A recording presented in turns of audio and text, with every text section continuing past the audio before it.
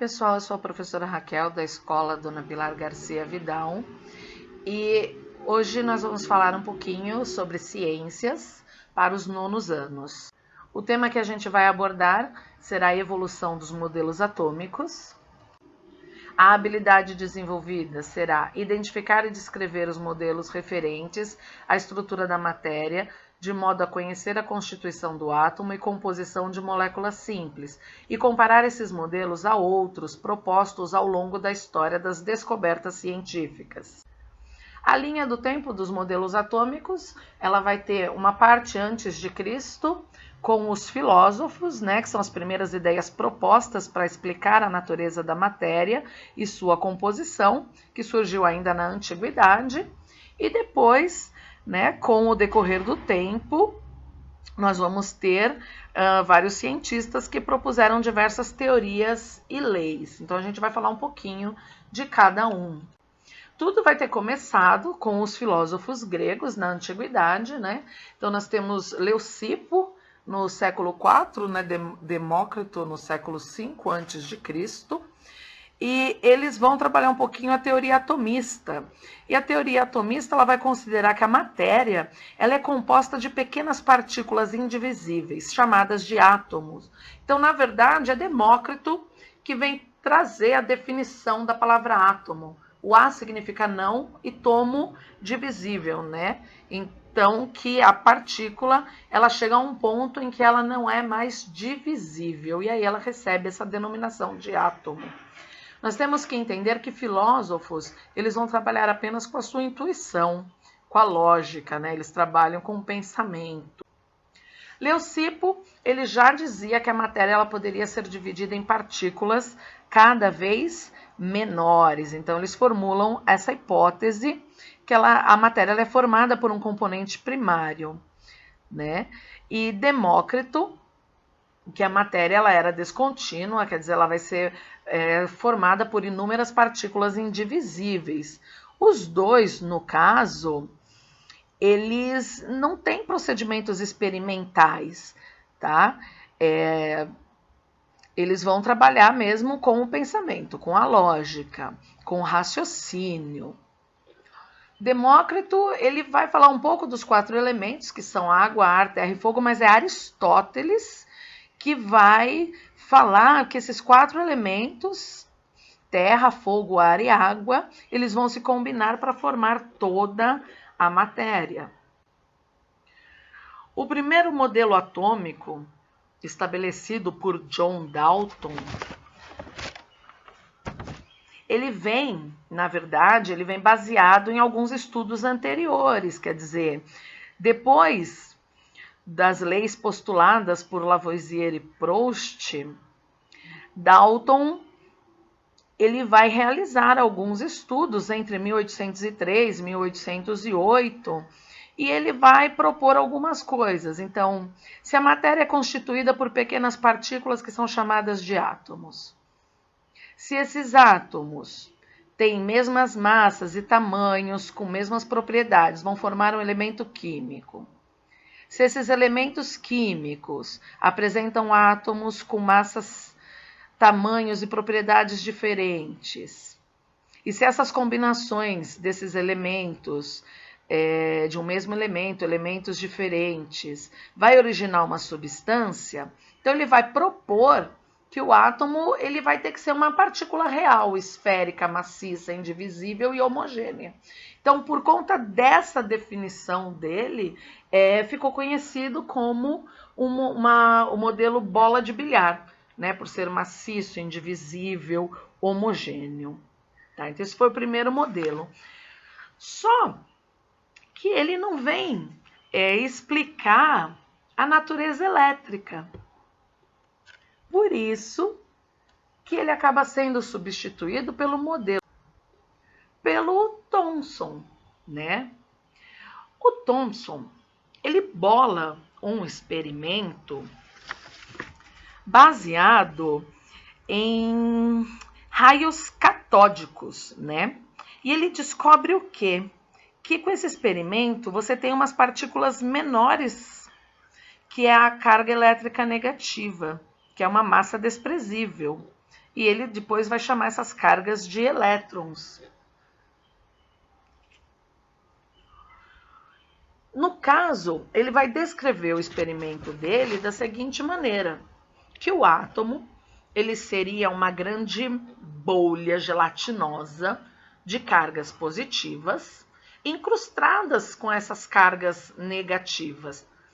Ficou conhecido como pudim de passas, como vocês podem ver na foto aí, porque o pudim em si seria a massa positiva e as passas que ficariam incrustadas num pudim seria a carga negativa, os elétrons, ou um panetone, né? Um panetone que seria a massa, a carga positiva e as passas incrustadas negativa.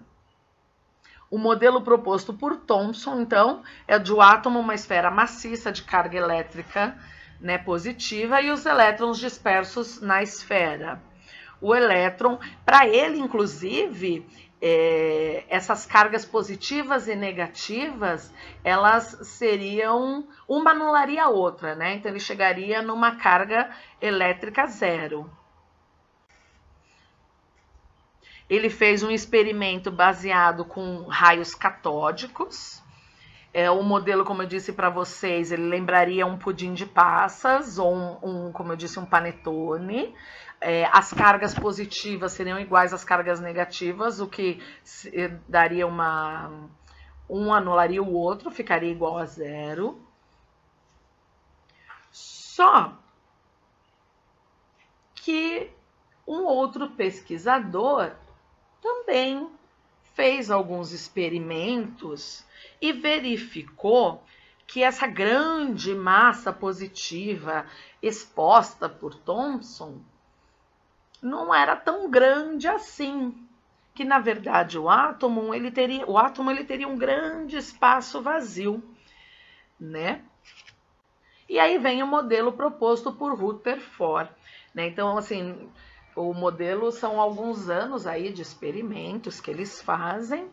Então, varia um pouco a data, né? Tem um início, então começa em 1911, né? Mas é um período aí de experimentos. Ele propõe um sistema planetário, onde você teria um núcleo e os elétrons em torno desse núcleo, né? Como um sistema planetário mesmo, uma órbita em torno do núcleo. O que é que o Rutherford ele propõe exatamente? Rutherford ele faz o seguinte: ele pega um material radioativo e desse material radioativo ele consegue ele consegue bombear umas partículas alfas, né? E ele bombeia uma lâmina de ouro.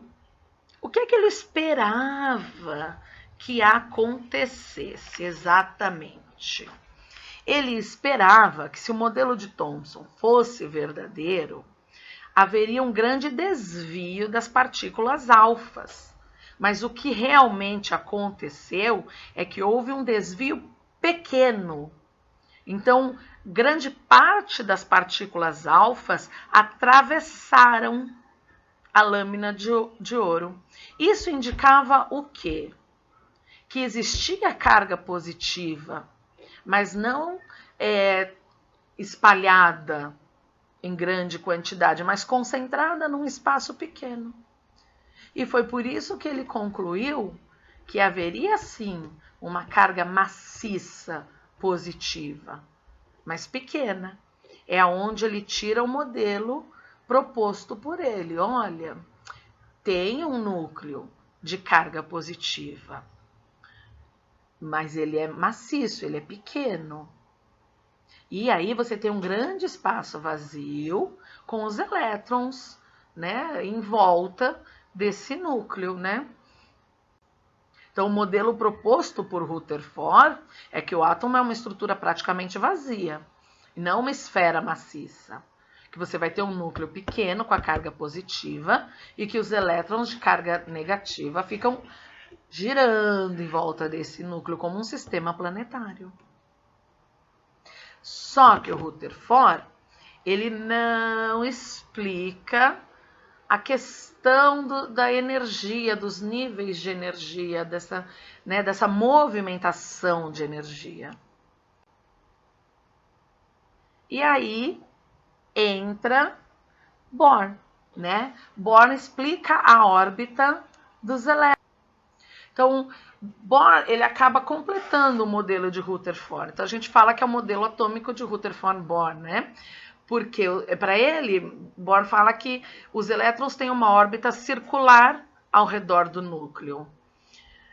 Inclusive, ele fala que um elétron ele pode ganhar energia e saltar para uma órbita com mais energia, ou perder energia e voltar para uma órbita de menor energia, né?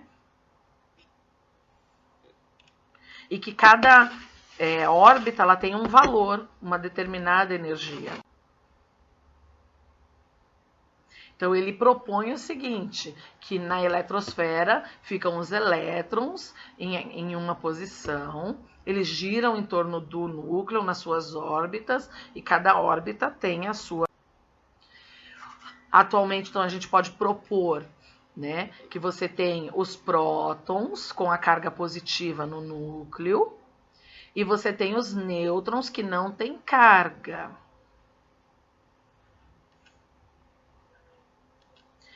Em torno do núcleo, nós temos os elétrons com as cargas negativas.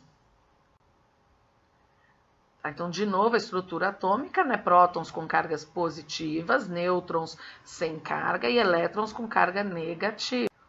O modelo atual, ele propõe, então, que as camadas, né, na eletrosfera, são 7 camadas. Cada camada ela vai receber uma denominação, ou níveis de energia. Tá? Então, nós temos a camada, o nível de energia K, a segunda camada, ou o segundo nível de energia é L, terceira camada, o nível de energia M, N, O, P, Q. Só para constar, a camada K é a que tem o menor nível de energia, e a mais externa é a que tem o maior nível de energia, que é a camada Q. Ainda, só para vocês saberem, tá? Cada camada ela vai ter uma quantidade de elétrons. Então, na camada K, vão ter 2 elétrons. Na camada L, podem ter 8 elétrons. Na camada M, podem ter 18 elétrons. Né? E conforme a quantidade é colocada aí no slide para vocês. Mas essa questão aí da quantidade de elétrons, e existe, né, umas outras coisas que a gente precisa estudar, né, sobre as camadas, vai ficar para uma outra aula. Eu espero que vocês tenham entendido um pouquinho sobre a história da evolução dos átomos. Qualquer coisa vocês podem estar lendo pelo livro didático de vocês, e que vocês consigam fazer os exercícios, né? Alguns alunos fizeram direitinho, tá? Os exercícios foram bem conceituais. Então, até a próxima aula.